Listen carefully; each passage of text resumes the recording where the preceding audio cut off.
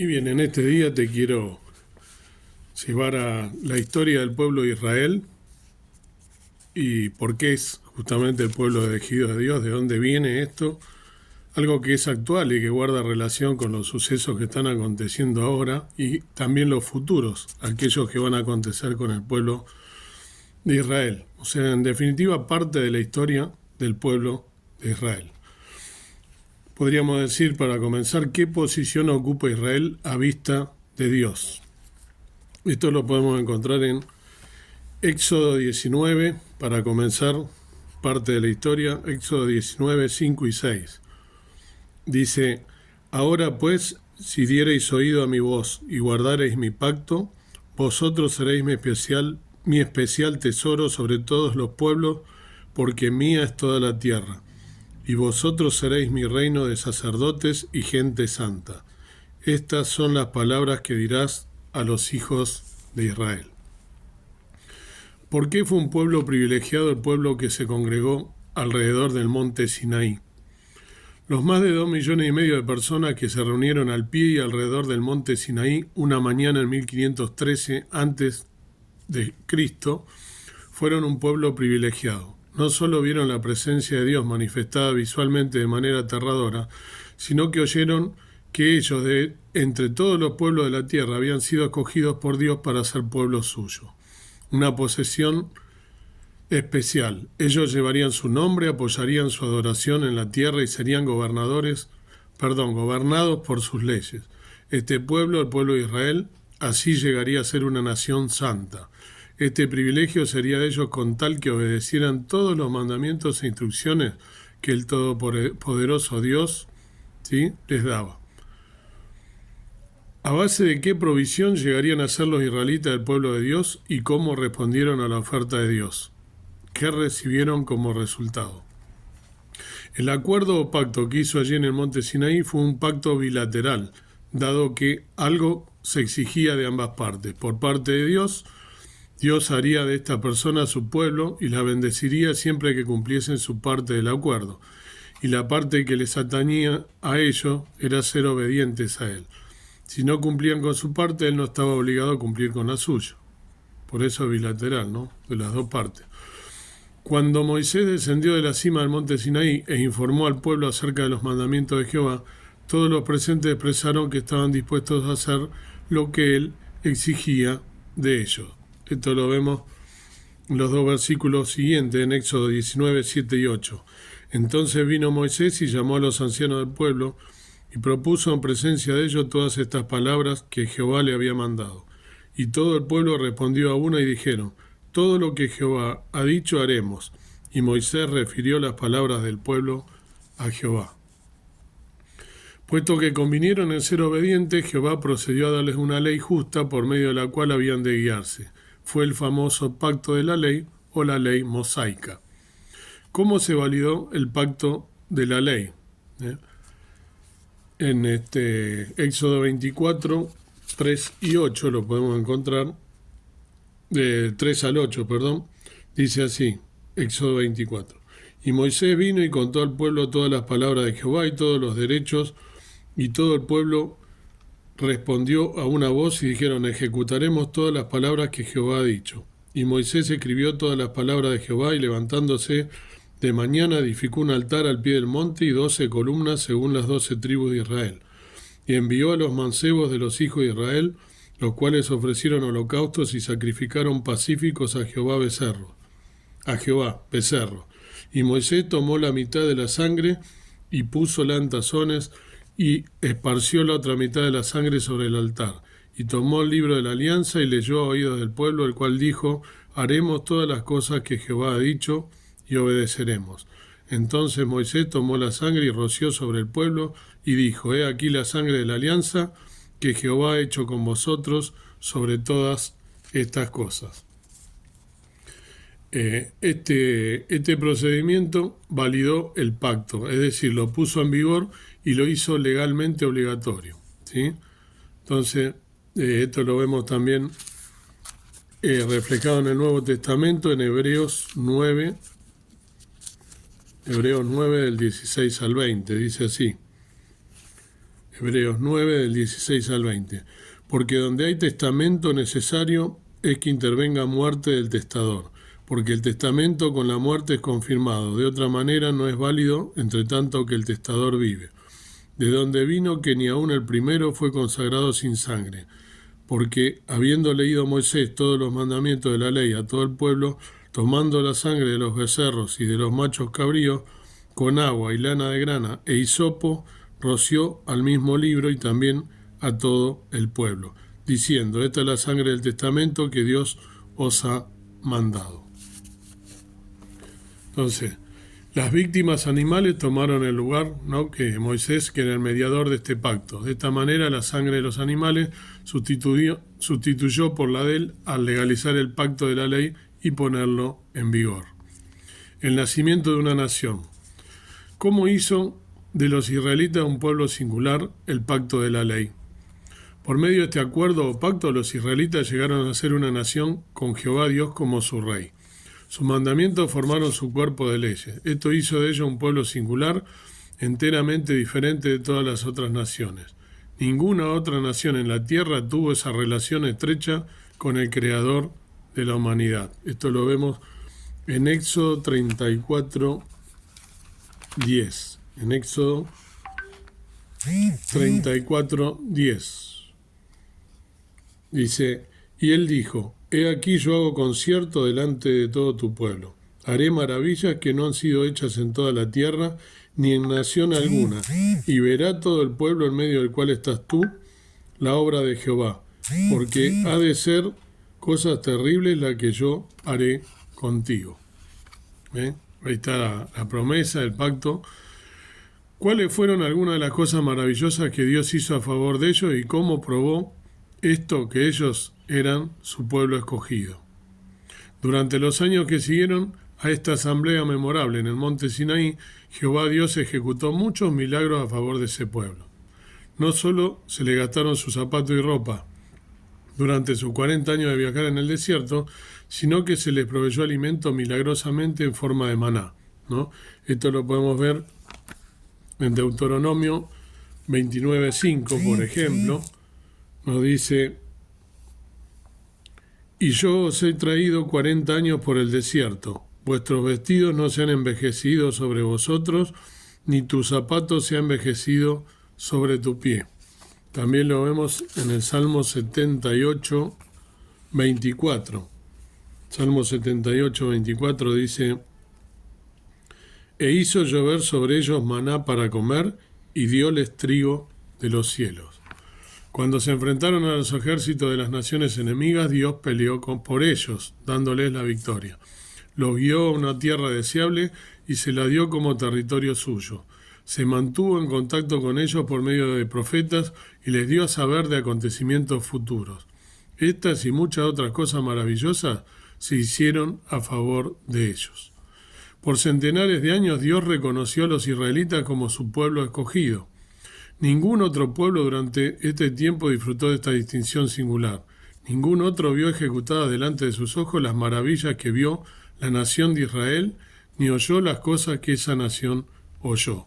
Esto lo debemos en Deuteronomio 4:33. Deuteronomio 4:33 dice: ¿ha oído pueblo la voz de Dios que hablase del medio del fuego, como tú la has oído y vivido? El 34, ¿o ha Dios probado a venir a tomar para sí gente del medio de otra gente, con pruebas, con señales, con milagros, y con guerra y mano fuerte y brazo extendido, y grandes espantos, según todas las cosas que hizo con vosotros Jehová, vuestro Dios, en Egipto, ante tantos ojos? También en Amós 3:2, en el libro del profeta Amós, en Amós 3:2, tengo señalado acá, Amós 3:2, dice: a vosotros solamente he conocido de todas las familias de la tierra, por tanto visitaré contra vosotros todas vuestras maldades, dice. El retorno de Israel. ¿A qué conclusión llegan muchas personas de la cristiandad debido al favor que se le mostró a la nación de Israel? Debido a esta historia de favor divino, muchas personas de la cristiandad creen que Dios está apoyando el retorno del día presente de los judíos a Palestina. Creen que el establecimiento del Estado de Israel el 14 de mayo de 1948 provino de Dios. También creen que en los últimos días los judíos regresarían a su patria en incredulidad en cuanto a Cristo y que luego serían convertidos al aparecerse Él. No puede hallarse apoyo para este punto de vista, ¿no? En la Biblia. Jesús mismo dijo que a los judíos no se les daría ninguna señal salvo la de Jonás, quien durante parte de 3 días estuvo como quien estuviera encerrado en una tumba. Se les dio su señal cuando Jesús fue al sepulcro y luego fue resucitado al tercer día, puesto que era la única señal que había de dársele y no los convirtió. ¿Cómo puede decirse que se le da otra señal que efectuará lo que esta primera señal no efectuó? En realidad, el pueblo judío no lo reconoció, ¿no?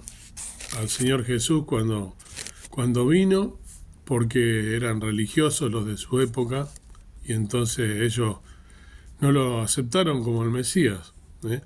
¿Tienen cumplimiento las profecías acerca de un retorno de los judíos en el retorno del día moderno a Palestina? Hay mucha profecía que hablan acerca de un retorno de los judíos a su patria. Estas profecías no tienen cumplimiento en el Estado moderno de Israel. Algunas fueron ya cumplidas más de 500 años antes de Cristo, cuando un resto judío regresó de Babilonia para volver a ocupar el sitio desolado de Jerusalén. Eso fue en 537 a.C., 70 años después que Jerusalén fue convertida en un montón de ruinas por los poderosos ejércitos babilónicos. ¿Se acuerdan? Daniel, cuando fue y junto con otros, ¿no? Fue cautivo. Bueno, después volvieron. ¿Por qué fue desolada la tierra prometida? Debe mencionarse que su tierra no hubiera sido desolada por los invasores paganos si ellos hubiesen cumplido con su parte del acuerdo hecho en el monte Sinaí. No habían cumplido su promesa de hacer todo lo que Jehová había hablado. Vez tras vez violaron las leyes divinas que lo gobernaban. Pero, aunque fueron castigados frecuentemente por medio de ser entregados a sus enemigos, no mantuvieron la adoración limpia e incontaminada. En el estudio que estamos haciendo de Malaquía podemos ver, ¿no?, parte de esta desobediencia. El desastre que los arrastró a los 70 años de desolación babilónica de Jerusalén y Judá fue predicho con mucha anticipación por el profeta Jeremías, ¿sí? Esto lo vemos en Jeremías 25, Jeremías 25, del 4 al 7, dice: Y envió Jehová a vosotros todos sus siervos los profetas, madrugando y enviándolos, mas no oísteis, ni inclinasteis vuestro oído para escuchar. Cuando decían: Volveos ahora de vuestro mal camino y de la maldad de vuestras obras, y morad en la tierra que os dio Jehová a vosotros y a vuestros padres para siempre. El 9 también. He aquí enviaré yo y tomaré todos los linajes del Aquilón, dice Jehová, y a Nabucodonosor, rey de Babilonia, mi siervo, y traerélos contra esta tierra y contra sus moradores, y contra todas estas naciones en derredor, y los destruiré, y pondrélos por escarnio y por silbo, y en soledades perpetuas. Y en el 11. Y toda esta tierra será puesta en soledad, en espanto, y servirán esta gente al rey de Babilonia 70 años. Acá está, ¿no?, cuando son cautivos de Babilonia, ¿no?, a partir de la persona de Nabucodonosor, ese rey tan malvado. Conocemos la historia de Daniel, ¿no?, el foso de los leones, como este siervo precioso junto con sus amigos se opuso a Dios, ¿no?, y dio testimonio de su fe y de la obediencia a Dios. ¿Cuáles son las diferencias entre el retorno desde Babilonia y el retorno del día moderno? Cuando terminó este periodo de desolación, un resto de los judíos regresó a su patria para reedificarla, puesto que Dios había mantenido la tierra vacía de habitantes humanos y de bestias domesticadas. Ellos volvieron a un territorio deshabitado. Pero no ha sucedido así con el movimiento del día moderno de los judíos a Palestina.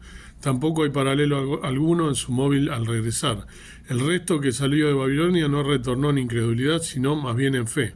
Estaban dedicados a la adoración de Jehová y querían restablecerla en su patria desolada.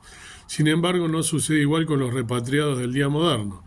Estos no van a Palestina a revivificar la adoración incontaminada de Jehová, allí ni a reedificar su templo. Los judíos no sabemos que niegan en realidad a Jesús, como dije. No lo reconocieron, como decía. Sin embargo, hay parte que son, sí, judíos mesiánicos. Esto es lo que estamos leyendo ahora, ¿no? ¿Por qué no puede ser reedificado el templo ni pueden efectuarse los deberes sacerdotales de la ley? Aun si quisieran reedificar el templo en su sitio divinamente asignado, hoy, ¿no? No podrían hacerlo porque una mezquita maometana se levanta en el lugar. También le falta un sacerdocio autorizado. La destrucción de los registros genealógicos en 70 después de Cristo hace imposible que los judíos del día moderno restablezcan el sacerdocio arónico a partir de efectuar los deberes sacerdotales requeridos por la ley mosaica.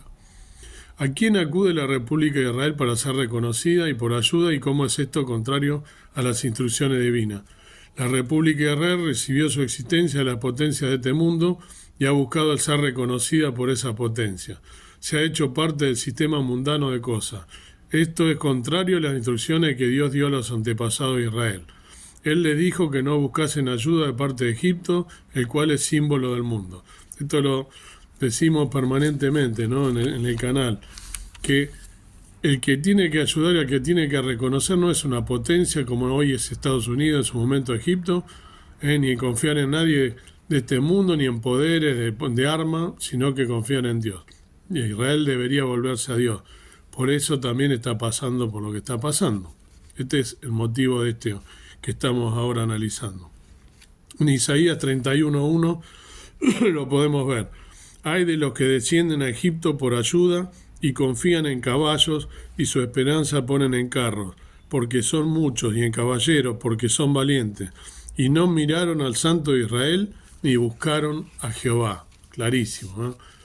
Como les dice, ¿no? A través del profeta Isaías, cómo están pecando al no buscar a Dios y buscar confianza en Egipto, hoy en Estados Unidos, o en alguien que los defienda. En vez de confiar en carros y en caballería, el Estado moderno de Israel está confiando en tanques, aviones de propulsión a chorro, columnas motorizadas y cosas semejantes. Pasa por alto los propósitos de Dios de dominar a esta tierra mediante su propio gobierno y mediante el rey que él ha escogido. Tal como Israel rechazó a ese rey en el primer siglo y escogió más bien a César, así lo rechaza Israel en este siglo XX. Por lo tanto, es un error pensar que el retorno del día presente de los judíos a Palestina tenga el apoyo de Dios. Este siglo XXI que estamos viviendo, Israel comete el error de confiar en seres humanos o en poderes, ¿no? Terrenales. El Israel carnal desechado. ¿Por qué rechazó Dios a la nación de Israel? Cuando la nación de Israel no se valió de la oportunidad final que Dios le dio para conseguir su aprobación y llegar a ser un reino de sacerdotes, Él la rechazó. Los israelitas ya no podían contar con su favor como pueblo escogido de Dios. Habían dejado de cumplir el acuerdo nacional hecho en el monte Sinaí. Habían dejado de mantener la adoración incontaminada de Dios y en cambio habían permitido que las tradiciones humanas y la filosofía humana la corrompieran. No recibieron a aquel a quien Dios había prometido enviar, sino que lo rechazaron y aceptaron en lugar de él a César, e instigaron la muerte violenta de aquel, de Jesús. Por estas razones fueron desechados y ya no fueron la nación santa de Dios. Su casa material de adoración fue abandonada por Dios, exactamente como Jesús dijo que sucedería, ¿no? En San Mateo 23 recordamos este pasaje tan conocido donde Jesús le habla, ¿no?, al pueblo que cometió, ¿no? San Mateo 23, 37 y 38, ¿no?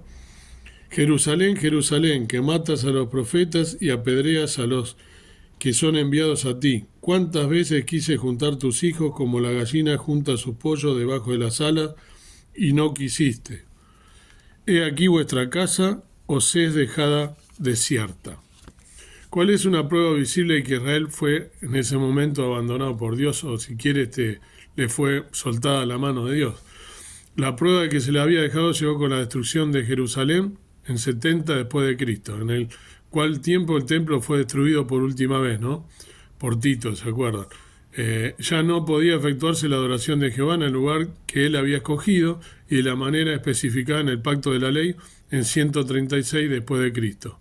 el emperador romano Adriano dedicó un templo a Júpiter Capitolino en el sitio del templo, y luego en 691 después de Cristo, Abd al-Malik edificó una mezquita maometana en el lugar. Esta mezquita, la cúpula de la roca, todavía permanece allí.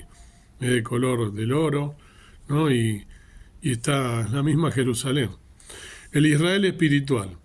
¿Por qué ha puesto Dios su favor en una nueva nación y de qué consiste esta nación? ¿Por qué no pueden los judíos señalar a las conexiones carnales con Abraham como prueba de que son la simiente de Abraham? Dios ha puesto su favor en una nueva nación, que consiste no de israelitas carnales, sino de israelitas espirituales. Esto manifiesta en la fe de Abraham, fe que Israel carnal no mostró. Son los verdaderos hijos de Abraham y tienen mayor derecho a las promesas que se le hicieron a Abraham que el que tienen los hombres que señalan a los vínculos carnales con ese patriarca. No obstante, no es como si la palabra de Dios hubiese fracasado, ¿no? Esto lo vemos en Romanos 9, del 6 al 8, Romanos 9, del 6 al 8, dice así: No empero que la palabra de Dios haya faltado, porque no todos los que son de Israel son israelitas, ni por ser simiente de Abraham son todos hijos, mas en Isaac te será llamada simiente. Quiere decir, no los que son hijos de la carne, estos son los hijos de Dios, mas los que son hijos de la promesa son contados en la generación, porque la palabra de la promesa es esta: como en este tiempo vendré y tendrá Sara un hijo, ¿no? Cuando le dijo, ¿no? Hasta el 8 era. Esto significa que los judíos naturales no pueden señalar a las conexiones carnales con Abraham como prueba de que son la simiente de Abraham. Recuerda que Ismael fue un hijo de Abraham según la carne, sin embargo fue rechazado.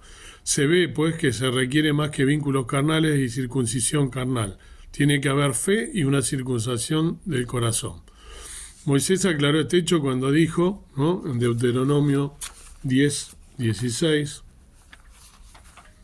Deuteronomio 10, 16, circuncidad pues el prepucio de vuestro corazón y no endurezcáis más vuestra cerviz.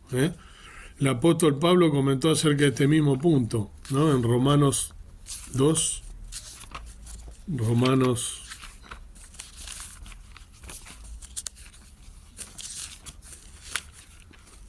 en el libro de Romanos 2,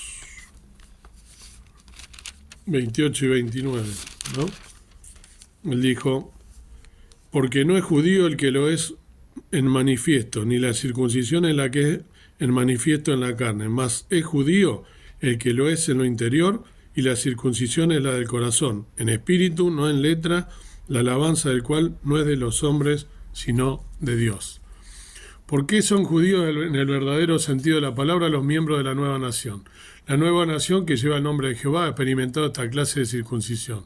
Su pueblo se compone de judíos en el verdadero sentido de la palabra, porque producen alabanza para Dios mediante su fe y obediencia. Son un contraste directo con el Israel carnal, que siguió un proceder de desobediencia y obstinación desde el tiempo que dejó el monte Sinaí. ¿Cómo se le mostró favor especial a Israel carnal después de 29 después de Cristo y por cuánto tiempo? Dios comenzó a escoger hombres para esta nueva nación en 29 después de Cristo. Hoy solo un resto de la nación todavía está viviendo en la tierra. Por 7 años después que Cristo comenzó el ministerio cristiano, la invitación para llegar a ser miembro de esta nación de israelitas espirituales se extendió exclusivamente a los judíos carnales. Debido al respeto que le tiene a su nombre que estaba sobre los judíos naturales y a las promesas que les había hecho los antepasados de ellos, Dios dio a los judíos la primera oportunidad de llegar a ser hijos espirituales de Abraham. Esto está en Deuteronomio 7, 6 y 8. 6 al 8. Deuteronomio 7, del 6 al 8. Porque tú eres pueblo santo a Jehová tu Dios te ha escogido para hacerle un pueblo especial más que todos los pueblos que están sobre la haz de la tierra. No por ser vosotros más que todos los pueblos os ha querido Jehová y os ha escogido, porque vosotros erais los más pocos de todos los pueblos, sino porque Jehová os amó y quiso guardar el juramento que juró a vuestros padres, os ha sacado Jehová con mano fuerte y os ha rescatado de casa de siervos, de la mano de Faraón, rey de Egipto. ¿Cómo fue puesta a prueba la fe de Israel carnal? Dado que la invitación se extendió a ellos por medio de Cristo, su fe fue puesta a prueba. Si tenían fe en la promesa de Dios dada por medio de Moisés y los profetas, aceptarían a Cristo por lo que era. lo reconocerían como el gran profeta que Dios dijo que vendría cuando prometió a Moisés en Deuteronomio 18:18, ¿no? En Deuteronomio 18:18, profeta les suscitaré del medio de sus hermanos como tú, y pondré mis palabras en su boca, y él les hablará todo lo que yo le mandare. Cristo plenamente les dijo, ¿no? En San Juan 5:46, en San Juan 5:46, porque si vosotros creyeseis a Moisés, creeríais a mí, porque de mí escribió él. Clarísimo. Pero la nación judía no ejerció la fe necesaria. ¿Qué trae la justificación y cómo dejó de ver esto el Israel carnal? Los de esta nación sentían farisaicamente que podía conseguir el favor y las bendiciones de Dios mediante obras de la ley. Su fariseísmo los cegó al hecho de que Abraham recibió la aprobación de Dios a causa de su fe. Es la fe la que trae la justificación a los ojos de Dios, no las obras de la ley, ¿no? Entonces en Gálatas 3:11-19 explican esto, después lo buscan ustedes. Pero cuando se presentó la simiente prometida, la nación no quiso recibirla, a pesar de las maravillas que ejecutó delante de sus ojos y a pesar de las palabras de sabiduría que habló. Sin embargo, un resto de la nación sí ejerció fe. Estos que la ejercieron fueron los primeros que llegaron a ser israelitas espirituales y los primeros que fueron introducidos en un pacto o acuerdo nuevo con Jehová Dios. Fue un pacto que reemplazó el pacto hecho en el monte Sinaí, que se le dio a los israelitas como una guía hasta que llegara la simiente prometida. Jeremías predijo este pacto nuevo y que sería diferente. En vez de ser puesto en tabla de piedra, sería puesto en corazones. Lo buscan Jeremías 31:31-33. El resto de la nación judía que ejerció fe fue introducido en este nuevo pacto. Los del resto experimentaron circuncisión del corazón. El deseo de su corazón era obedecer a Dios en todo lo que Él requería de ellos. Tenían un móvil interior que los llevaba a hacer lo que era recto a los ojos de Él. Con el conocimiento acertado que habían obtenido de la palabra escrita de Dios y con este deseo de hacer la voluntad de Dios, no les hacía falta una ley de muchos mandamientos negativos diciéndole lo que no debían hacer. Por eso, cuando el pacto nuevo fue inaugurado en Pentecostés en 33 después de Cristo, el antiguo pacto de la ley dado en el monte Sinaí ya no lo era obligatorio. Había sido abolido. Cristo lo había terminado cumpliendo su propósito. Así como sucedió con el antiguo pacto, así sucedió con el nuevo pacto. Tenía que haber un sacrificio que lo validara. Fue validado con algo mejor que la sangre de animales. Sin embargo, fue validado con la sangre vital perfecta de Cristo. Esto hizo al pacto nuevo superior al pacto antiguo. También era superior por tener un sacerdocio mejor, un mediador perfecto y promesas mejores. Entonces, en Hebreos 8:6 lo dice, ¿no? Porque hay un solo mediador entre Dios y los hombres, Jesucristo hombre, ¿no? Ahora esas personas introducidas en este pacto son Israel verdadero de Dios, la verdadera simiente de Abraham. La promesa dada a Abraham, que se registra en Génesis 22, del 17 al 18, aplica a ellos y no a los descendientes carnales de Abraham, quienes como nación no han escuchado a Dios y no han mostrado la fe y obediencia de aquel patriarca. La promesa predice cómo estarán asociados con la principal simiente de Abraham, Cristo Jesús, como una familia real.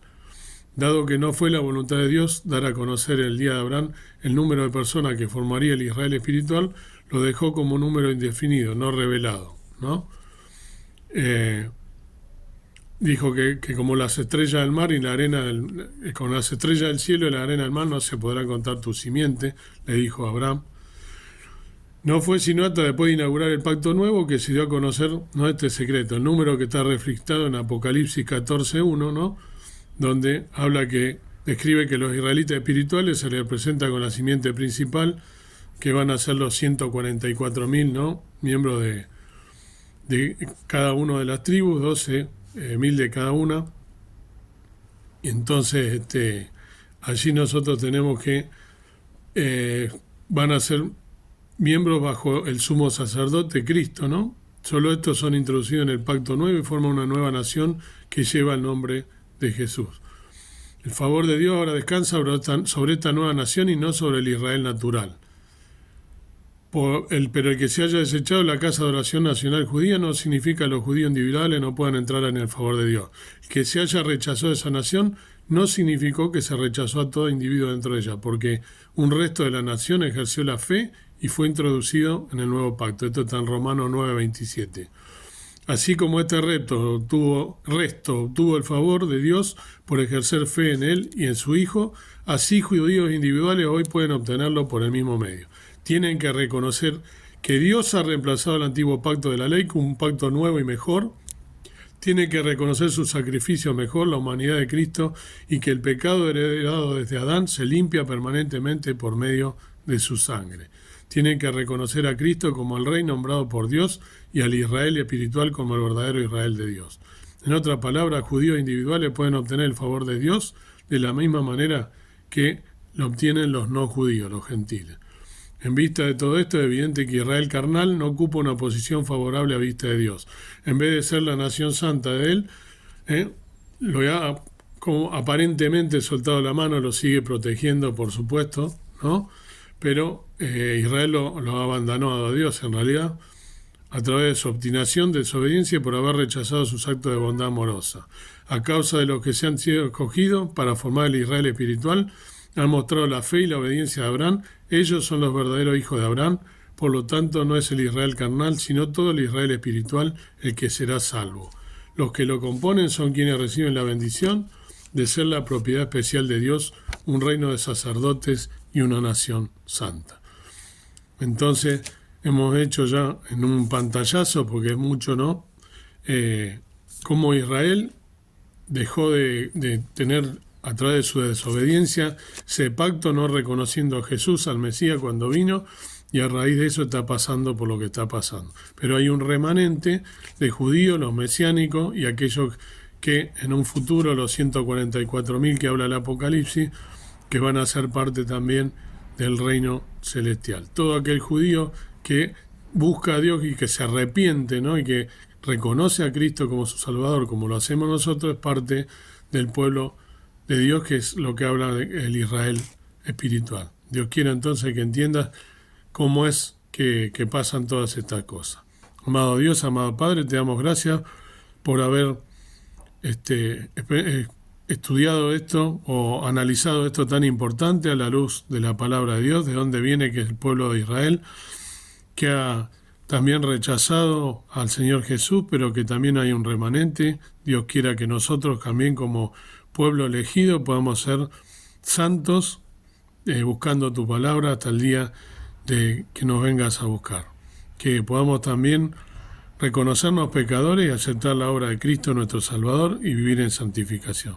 Pedimos por Israel también para que ese remanente pueda también ser de testimonio al resto de la gente. Que Israel se vuelva a Dios y que busque realmente al Dios de los ejércitos, al Dios poderoso, y que no confíe en ejércitos de aquí materiales o físicos. Gracias porque tu palabra se cumple, porque todo está